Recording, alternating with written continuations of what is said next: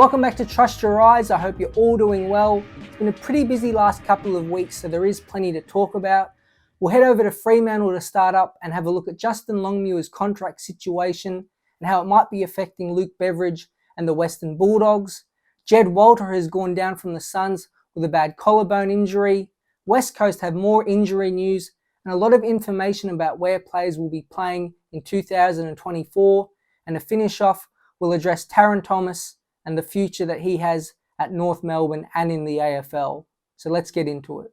A recent article from the West Australian outlined that a poor start to the year by Fremantle would mean the end of Justin Longmuir as senior coach. Not only that, but one of the ideal candidates to replace him is current Western Bulldogs coach Luke Beveridge, who is out of contract at the end of 2025.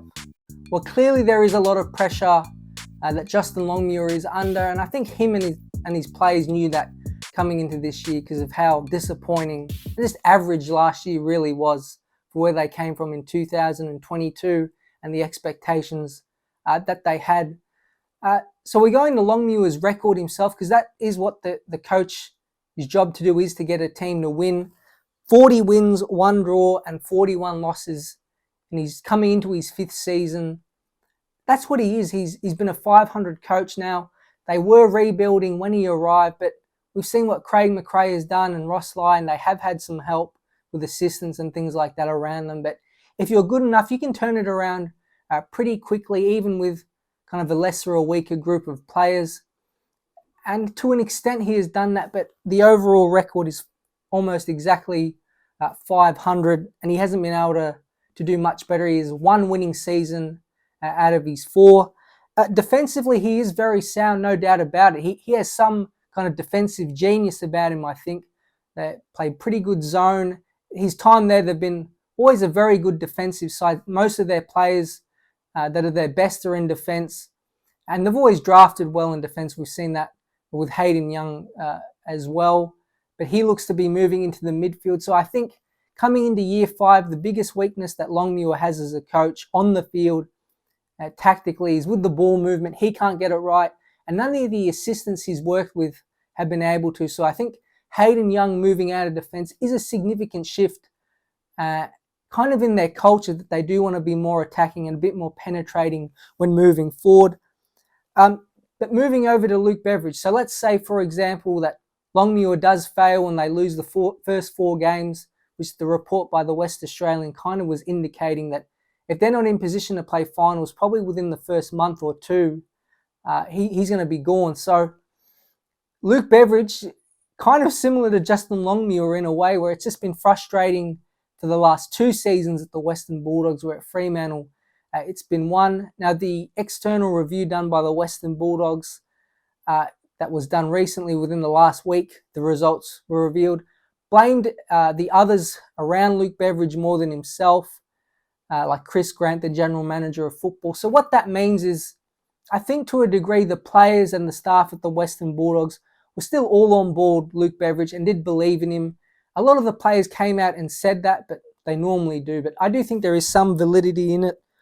And the reason why they want Luke Beveridge is because of the people already there. I think it's as clear as that. Simon Garlick is the former CEO of the Western Bulldogs. He's at Fremantle. And then 2 club legends in Matthew Boyd and Bob Murphy are also at Fremantle. So I think that's the main reason why, for probably stability reasons, Simon Garlick and those 2 guys, former players under Luke Beveridge, it's an easy fit-in if he gets dismissed early by the Western Bulldogs. But it is kind of a confusing report. Both coaches have been average just by their records over the time, and for Luke Beveridge specifically, the last 2 seasons. It is a strange report. We'll see what comes out of it, but I wouldn't be all shocked if Luke Beveridge ends up coaching the Fremantle Football Club. I would be surprised, but not entirely shocked at this stage. Gold Coast Suns' Jed Walter, who was picked 3 in the 2023 draft, has gone down with a broken collarbone and will miss the start of the season. Besides this, it's been a quiet off-season so far for Damien Hardwick's new team. So how will Walter out affect the Suns early? But this is very disappointing news for the Suns and Walter, the pick 3 in the draft. He's a beast. He's the definition of a man-child, and it would have been interesting to see if he did play round one, how he would go against kind of other grown men and players his size, because in the under 18 level, he was so much bigger and stronger than everyone else. Not saying he doesn't have any football ability at all, but it does help at that level when you're just bigger than everyone. I'm not sure he was a starter for round one straight up. From the reports, he seemed to be going okay in the preseason. Has pretty good running ability, but Jared Witts is in the ruck, and then they have Casbolt and Ben King still. So unless Casbolt, who's probably going to be the backup ruck, does that, then maybe you could fit in Jed Walter. But if he wasn't performing in the preseason well, or maybe didn't have some great practice games, I'm still not sure that he would be in the round one team. But sadly, that's taken away from the Suns and Damien Hardwick. He's not going to define the Suns early, even if he did play. Again, we haven't seen a key forward dominate from year one at all. Maybe Franklin was year three, and this isn't from basically the 2000s onwards, especially in the last 10 years. It just doesn't happen because they need to develop. So I doubt if he was playing, he was going to be a game changer like, say, a Ben King is right now. To the Suns, just a quick little aside on them. It has been strangely quiet. You would have thought Damien Hardwick up there, a lot more media attention. Hardwick would have the power. I would assume he'd one of the most powerful men in the AFL, would know a lot of people, that he can maybe leak out some information about how the game plan's going, if players are ready or if they're not ready. But he hasn't done any of that, neither of the Suns. There's been nothing coming out of them. My little theory around it is they're preparing for a big sneak attack at the start of the year. A lot of guys might be playing different roles, the same positions but different roles. And I think he wants the Suns to ramp up their pressure and running ability. And I think he wants to do a bit of a sneak attack on his former club and kind of warn the competition that the Suns are here and we're ready to play finals. So I don't think Jed Walter will be a devastating loss for maybe the first 3 or 4 weeks. Hopefully he comes back, because I do want to see how he plays. But I think Damien Hardwick and the Suns will be fine without him at this stage. Moving into a little segment called On This Day, where we have a look at something in the football world, either a player or a big event that happened on the day that this episode is released. So on this day, Ed Langdon was born, so happy birthday. The 28-year-old was taken at pick 54 in the 2014 draft by Fremantle. After 68 games, he was traded to Melbourne in the 2019 off-season. The winger has gone on to play 89 games for the Demons and played in the 2021 Grand Final win. He has averaged at least 19 disposals per game in each season at Melbourne and has also kicked 34 goals. So happy birthday to Ed Langdon. Up next, a bit more about the West Coast Eagles. There's plenty going on at West Coast. Tim Kelly went down with a hamstring injury, but he's on the mend, while Liam Ryan will be out for months with his hamstring.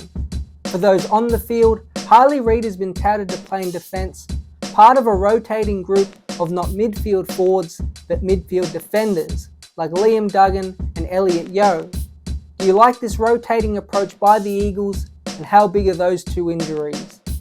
West Coast might have the worst injury curse of all time over a 12 to 18 month kind of period. Never seen anything like it. But there is some good news. I think Tim Kelly's okay. It seems to be a pretty low-grade hamstring. And if he can get through the rest of the preseason, he'll be there round one. And they really need him because it's already a weaker on-ball unit. And he's their best player. And without him, they're going to be easy beats in there. So hopefully he can stay fit for as long as possible. And Liam Ryan, it's just frustrating because he's so great to watch. He's a fantastic player in the air, but more importantly on the ground, where they really need him to support Darling and obviously Oscar Allen in the forward line. They don't have a lot of small players, and he's by far the best one. So again, he's going to have to do the rehab, few months out, and just pray like Kelly that he can keep fit maybe for the last 3 quarters of the season. But there is a lot of good news on the field, and I love what they've done with this defence and midfield rotation, with Harley Reid being the main name in it. I think it does a couple things for him. Elijah Hewitt and Ruben Jinby as well have been the other youngsters named in the possible rotation with the veterans in Duggan and Elliot Yeo. It keeps the on-ball unit fresh, and that's what I really like about it. You're going to have 5 to 6 guys there, always rotating, fresh legs. It's a great idea. And for the young guys, and those 3 I just said, and also Luke Edwards, the son of Tyson Edwards, has been named as another possible one in the rotation. It gives them exposure and protects them at the same time. So you're killing 2 birds with 1 stone. An example could be Ginby can play the first quarter in defence, and then Harley Reid can play the second quarter in defence, and they can swap. For the veteran guys like Duggan and Yeo, it'll also protect them. It'll just keep their bodies fresher for longer during the season. And maybe if it's a close game and they need the best players on ball, then both of them can play there, and then the kids can go in defence. It'll help them read the game better and also help them get used to the bash and crash and the general physical nature of the AFL. Hopefully the injury news can improve and there's no more of it, and we'll see how these young guys go playing in defence and the midfield. Tarryn Thomas is in trouble yet again. He recently was interviewed by the AFL over domestic violence allegations. What does this mean for his future and North Melbourne? So just to finish off, a quick word on the whole Tarryn Thomas situation that's going on right now. It's just so disappointing when any of these AFL players get in big trouble, but especially one as talented as Tarryn Thomas. And North Melbourne could really use him right now, because if you go on the talent kind of basis, he could be number 1 at the club.